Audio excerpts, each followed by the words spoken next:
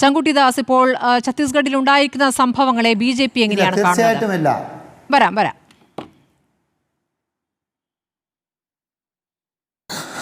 ശ്രീമതി സ്മൃതി, ഈ ചർച്ചയിൽ എന്നെ മുഴുവനായി പറയാൻ നിങ്ങൾ സമ്മതിക്കും എന്ന് ഞാൻ ആദ്യമേ പ്രതീക്ഷ വെച്ച് പുലർത്തുകയാണ്. ഞാൻ സംസാരിച്ചു തുടങ്ങുമ്പോൾ തന്നെ ഇടപെട്ടുകൊണ്ട് എന്നെ പറയാൻ അനുവദിക്കാത്ത ശൈലി അങ്ങ് ദയവായി ഇത്തവണയെങ്കിലും ഒന്ന് ഒഴിവാക്കണം. കാരണം ഈ കാര്യം വളരെ ഡെലിക്കേറ്റ് ആയിട്ടുള്ള, വളരെ സെൻസിറ്റീവ് ആയിട്ടുള്ളൊരു വിഷയമാണ്. ഇക്കാര്യത്തിൽ ഞങ്ങൾക്കെതിരെ ധാരാളം ആരോപണങ്ങൾ ചർച്ച തുടങ്ങുന്നതിന് മുമ്പേ നിങ്ങളായി തന്നെ ഉന്നയിച്ചു കഴിഞ്ഞു. മനസ്സിൽ മുഴുവൻ വെറുപ്പും വിരോധവും വെച്ച് നടക്കുന്ന സംഘപരിവാറുകാർ, അവർ തക്കം കിട്ടിയാൽ തനിനിറം പുറത്തെടുക്കുന്ന മുന്നമാരാണ്, അവരുടെ ആട്ടിൻ തോല് പുറത്തായും ഞങ്ങൾ ആട്ടിൻ തോലിട്ട ചെന്നായകളാണ്. ഇക്കാര്യത്തിൽ ഞങ്ങൾ വളരെ മോശക്കാരും ദുഷ്ടന്മാരും വർഗീയവാദികളും ഒക്കെയാണ് എന്നുള്ള നിങ്ങളുടെ നിലപാട് നിങ്ങൾ പറഞ്ഞു കഴിഞ്ഞു. അങ്ങനെയുള്ള ഞങ്ങളുമായിട്ട് ക്രിസ്ത്യൻ സഭ ഒരു നിലയ്ക്കും കൂട്ടുകൂടാൻ പാടില്ല. അങ്ങനെ മുന്നേ എന്തെങ്കിലും ചെയ്തിട്ടുണ്ടെങ്കിൽ അത് തെറ്റാണെന്ന് നിങ്ങൾ ഈ സമയത്തെങ്കിലും തിരിച്ചറിഞ്ഞ് ഞങ്ങളുമായിട്ടുള്ള ബന്ധം വെട്ടണം എന്ന് നിങ്ങൾ അവരെ ഉപദേശിച്ചു കഴിഞ്ഞു. ഈ ചർച്ചയിൽ ബാക്കി പങ്കെടുക്കുന്ന ആളുകളും സമാനമായിട്ടുള്ള അഭിപ്രായം പങ്കുവയ്ക്കുന്നവരാണെന്ന് ഞാൻ വിചാരിക്കുന്നു. അതുകൊണ്ട് ഈ വിഷയത്തിൽ ഞാൻ കാണുന്ന വസ്തുതകൾ ചിലത് പറയാൻ നിങ്ങൾ എന്നെ അനുവദിക്കും എന്ന് ഞാൻ പ്രതീക്ഷിക്കുകയാണ്. ആദ്യത്തെ കാര്യം, ഈ സംഭവം നടക്കുന്നത് ഈ കഴിഞ്ഞ 25-ാം തീയതിയാണ്, വെള്ളിയാഴ്ചയാണ്. ഇന്ന് നമ്മൾ ചർച്ച ചെയ്യുന്ന പശ്ചാത്തലം, ഈ വിഷയത്തിൽ KC വേണുഗോപാൽ പ്രധാനമന്ത്രിക്ക് കത്തയക്കുകയും KCBC ഈ വിഷയത്തിൽ പ്രതിഷേധം രേഖപ്പെടുത്തുകയും അതുമായി ബന്ധപ്പെട്ട് സഭാ അധികാരികളുടെ ഭാഗത്തുനിന്ന് പ്രതികരണങ്ങൾ ഉണ്ടാവുകയും ചെയ്തതിന് ശേഷമാണ്. എന്നാൽ ഇന്നലെ ഈ വിഷയം ഈ രാജ്യത്തെ മാധ്യമങ്ങൾ എങ്ങനെയാണ് റിപ്പോർട്ട് ചെയ്തത് എന്ന് നിങ്ങളൊന്ന് പരിശോധിക്കണമെന്ന് ഞാൻ ആദ്യം ആവശ്യപ്പെടുകയാണ്. ഹിന്ദുസ്ഥാൻ ടൈംസിൽ ഇതുമായി ബന്ധപ്പെട്ട് വന്ന റിപ്പോർട്ടിൽ പറയുന്ന 2 കാര്യങ്ങൾ മാത്രം ഞാൻ സൂചിപ്പിക്കാം. അത് ഈ പറയുന്ന ഛത്തീസ്ഗഡിലെ ദുർഗ് എന്ന് പറയുന്ന ജില്ലയിലെ സൂപ്രണ്ടന്റ് ഓഫ് പോലീസ് ആയിട്ടുള്ള ശ്വേത സിൻഹ IPS എന്ന് പറയുന്ന വനിതാ IPS ഉദ്യോഗസ്ഥയെ ഉദ്ധരിച്ചുകൊണ്ട് ഹിന്ദുസ്ഥാൻ ടൈംസ് കൊടുത്തിട്ടുള്ള റിപ്പോർട്ടാണ്. ആ റിപ്പോർട്ടിൽ 2 പ്രധാനപ്പെട്ട കാര്യങ്ങൾ അവർ പറയുന്നുണ്ട്. ഒന്ന്, the police superintendent says that they were promised jobs inside Chhattisgarh itself and were actually being taken to Agra. അതായത് ഈ പെൺകുട്ടികൾ ഈ റെയിൽവേ സ്റ്റേഷനിൽ വെച്ച് 2 കന്യാസ്ത്രീകളോടൊപ്പം 18ഉം 19ഉം വയസ്സുള്ള 2 പെൺകുട്ടികളെയും ഒരു ചെറുപ്പക്കാരനായിട്ടുള്ള ആൺകുട്ടിയെയും കാണുന്നു. ഇവരോട് TT പ്ലാറ്റ്ഫോം ടിക്കറ്റ് എവിടെയെന്ന് ചോദിക്കുന്നു. പ്ലാറ്റ്ഫോം ടിക്കറ്റ് ഇല്ല എന്നിവർ പറയുന്നു. സ്വാഭാവികമായിട്ട് കൂടെയുള്ള പെൺകുട്ടികൾ ആരാണെന്ന് അന്വേഷിക്കുന്നു. ഈ പെൺകുട്ടികളുടെ ആധാർ കാർഡ് പോലെയുള്ള രേഖകൾ ഹാജരാക്കാൻ സാധിക്കുന്നില്ല. ഇതുമായി ബന്ധപ്പെട്ട് അവിടെയുള്ള ആളുകൾ ഈ വിഷയത്തിൽ ഇടപെടുന്നു. അതിൽ ബജ്രംഗദളുടെ ഉൾപ്പെടെയായിട്ടുള്ള ആളുകളുണ്ട്. അത് വിഷയമാവുന്നു. പോലീസ് വരുന്നു. ഈ കാര്യങ്ങളൊക്കെ നമുക്കറിയാം. അതിൽ പോലീസ് ആദ്യഘട്ടത്തിൽ മാധ്യമങ്ങളോട് നടത്തിയിട്ടുള്ള പ്രതികരണമാണ് ഞാൻ പറയുന്നത്. ഈ പെൺകുട്ടികൾ പറയുന്നത് ഇവർക്ക് ഛത്തീസ്ഗഡിൽ ജോലി കൊടുക്കാമെന്ന് പറഞ്ഞുകൊണ്ടാണ് ഇവരെ കൂട്ടിക്കൊണ്ടുവന്നത്. ഇവിടെ എത്തിയപ്പോഴാണ് ഞങ്ങൾ ആഗ്രയിലേക്കാണ് കൊണ്ടുപോകുന്നത് എന്ന് ഞങ്ങൾക്ക് മനസ്സിലായതെന്ന്. രണ്ടാമത്തെ കാര്യം, ആ ശ്വേത സിൻഹ IPS മാധ്യമങ്ങളോട് പറയുന്നു, the families of the girls says that they were not informed and they were searching for the girls. ഞങ്ങൾ ഈ പെൺകുട്ടികളുടെ രക്ഷിതാക്കളെ ബന്ധപ്പെട്ടപ്പോൾ ആ രക്ഷിതാക്കൾ ഞങ്ങളോട് പറഞ്ഞത് അവരെ ഈ കുട്ടികളെ ആഗ്രയിലേക്ക് കൊണ്ടുപോകുന്ന കാര്യം അറിയിച്ചിരുന്നില്ല എന്നും ഞങ്ങൾ എപ്പോഴും പെൺകുട്ടികളെ തെരഞ്ഞുകൊണ്ടിരിക്കുകയാണ് എന്നുള്ളതുമാണ്. ഇങ്ങനൊരു സാഹചര്യം വന്നാൽ സ്വാഭാവികമായിട്ട് പോലീസ് എടുക്കേണ്ട നടപടി എന്താണ്? ഇത് ഹിന്ദുസ്ഥാൻ ടൈംസ് റിപ്പോർട്ട് ചെയ്തുകൊണ്ട് മാത്രം നിങ്ങൾ വിശ്വസിക്കണം എന്നില്ല. ഞാൻ മാതൃഭൂമിയും മനോരമയും ഇന്നലെ റിപ്പോർട്ട് ചെയ്തിട്ടുള്ള വാർത്തകൾ ഞാൻ നിങ്ങൾക്ക് വായിച്ചു തരാം. ഇത് മാതൃഭൂമിയാണ്.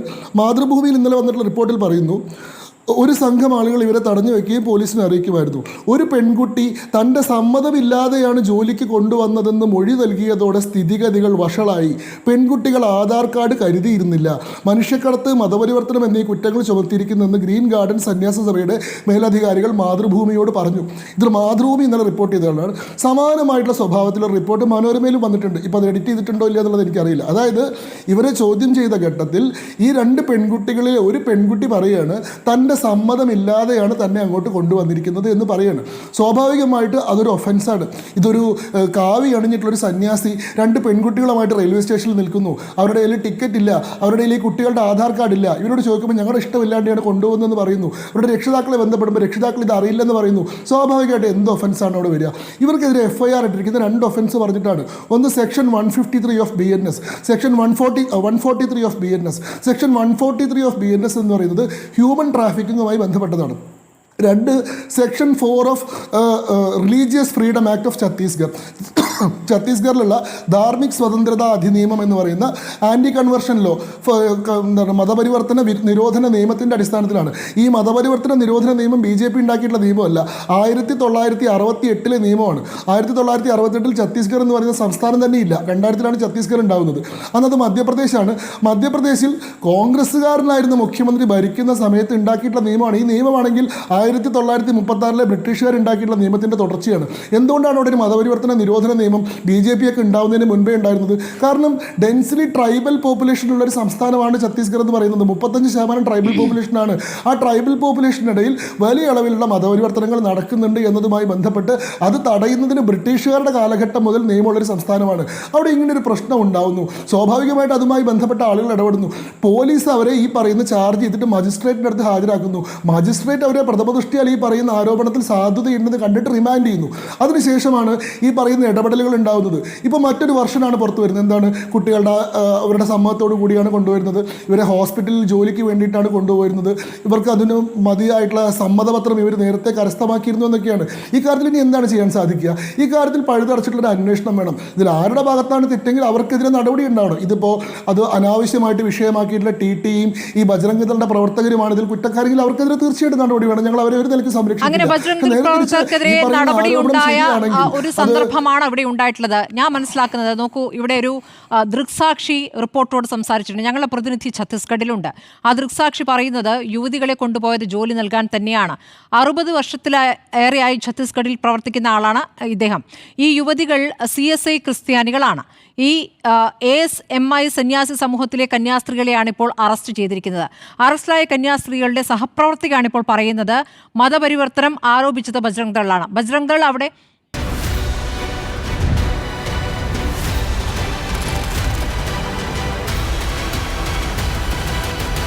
ഡിബേറ്റ് വിത്ത് സ്മൃതി പരുത്തിക്കാട്.